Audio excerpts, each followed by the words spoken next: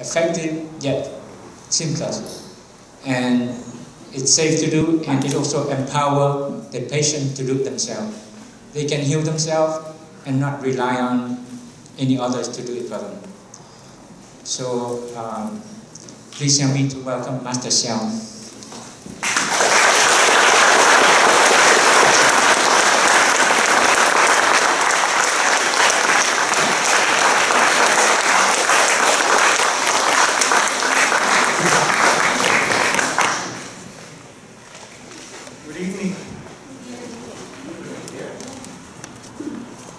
Hello? Okay, good. Good evening. Good evening. Thanks to Dr. Ming for organizing such a wonderful party.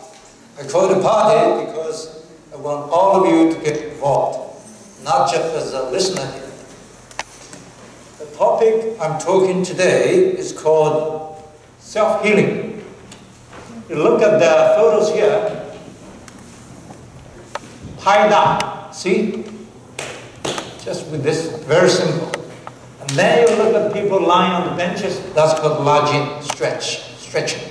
So, very simple, okay? So I go straight. Look at this one.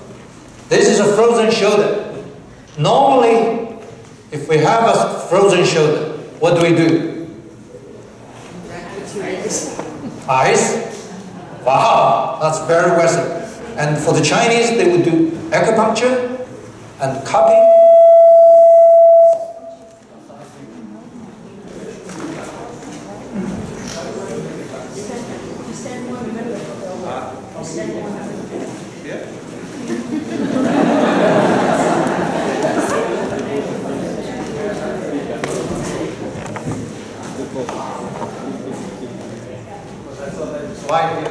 Okay?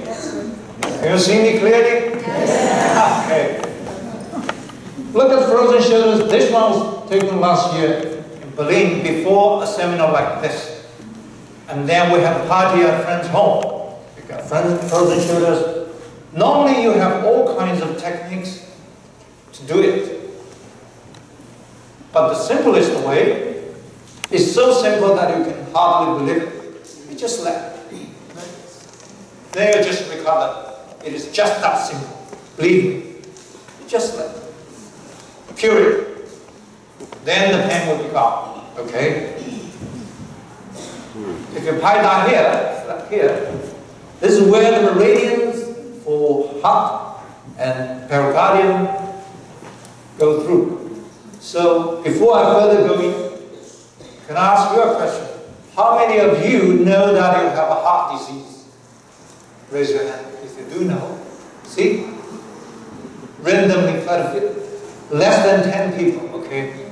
According to my experience, after we do Pai Da Jin, we check out at least whether we have got a heart disease or not. We know today, very soon. Yeah. So this kind of size, see? Look at spots, you know, the kind of color. In Chinese, we have a very specific character called sha. While in English, we don't have an equivalent. So my translation is poison blood. If you got poison inside, then they will show up after doing Pai Da logic. Okay. Then the big issue is, what is the disease? We are given all kinds of names. Hypertension, diabetes, cancer, all kinds of problems, all kinds of names. But after my study, very carefully in practice, this is my definition, or a definition from the Chinese old classical medical book, Yellow Emperor's Canon. That is, all diseases are caused by one reason: blockage of meridian. See, if you got a mosquito bite, for sure, it's a blockage of meridian. If you got hypertension, blockage of meridian. What about heart disease, cancer, same. Blockage meridian. Then what about depression? Same. It's also caused by the blockage of meridians. So that being the case, the logic is very clear. If we want to heal a disease, all we need to do is to cleanse the meridians. Okay?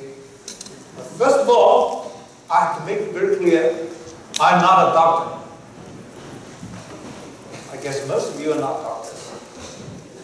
So, what we mean healing is not a medical method. It's not a medical therapy or treatment.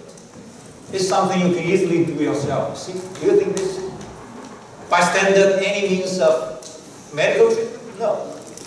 And for the lodging, you lie on a bench like this, it's even more simpler than the yoga. So, look at this. All this Chinese or Western methodology, no matter how they are named, they are doing one thing: cleansing the meridians. Maybe it's medicine, maybe it's copying, massage, bone setting, chiropractic, it's all the same. So all we are doing is to cleanse the meridian. Once the meridian is clear, cleansed, then you are healed. It's like a balance, yin and yang. If it's unbalanced, you got a disease. So for the society, if it is unbalanced, it's chaos.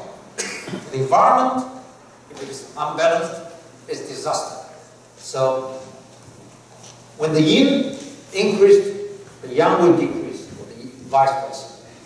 So all we need to do is to cleanse the meridians, then we got balance. Then we are healthy. So what's the best way for doing the healing? Is what we discussed. Self-healing is the best. What is self-healing? We are all born with that self-healing system. It's like human rights. From that point of view, there is no difference between the West and the East. Even Hippocrates, the founder of Western medicine, said the same thing. Nature heals. Doctors are only assistants. Look at this one.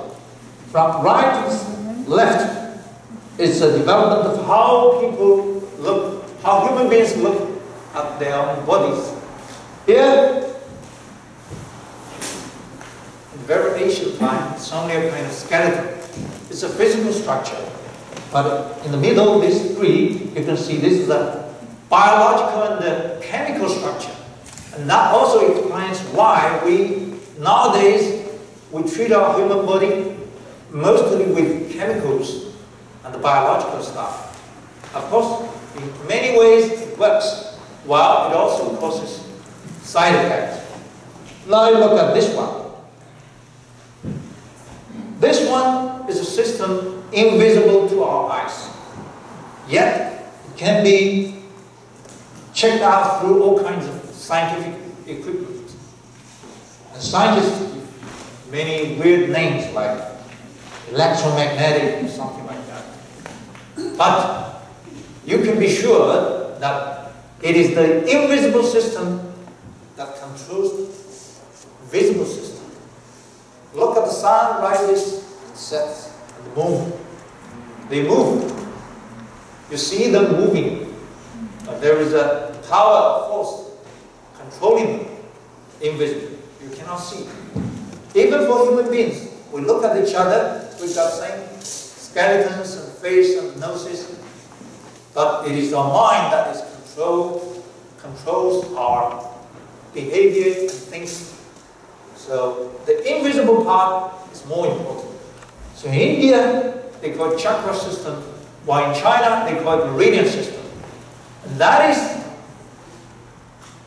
the key part we're talking today. The meridians, the channels inside our body, we cannot see, yet they decide whether we're sick or not. We're alive or we're dead. And this is another one, which I call the latest discovery about the skeleton and also the muscles covering the skeleton, the bones.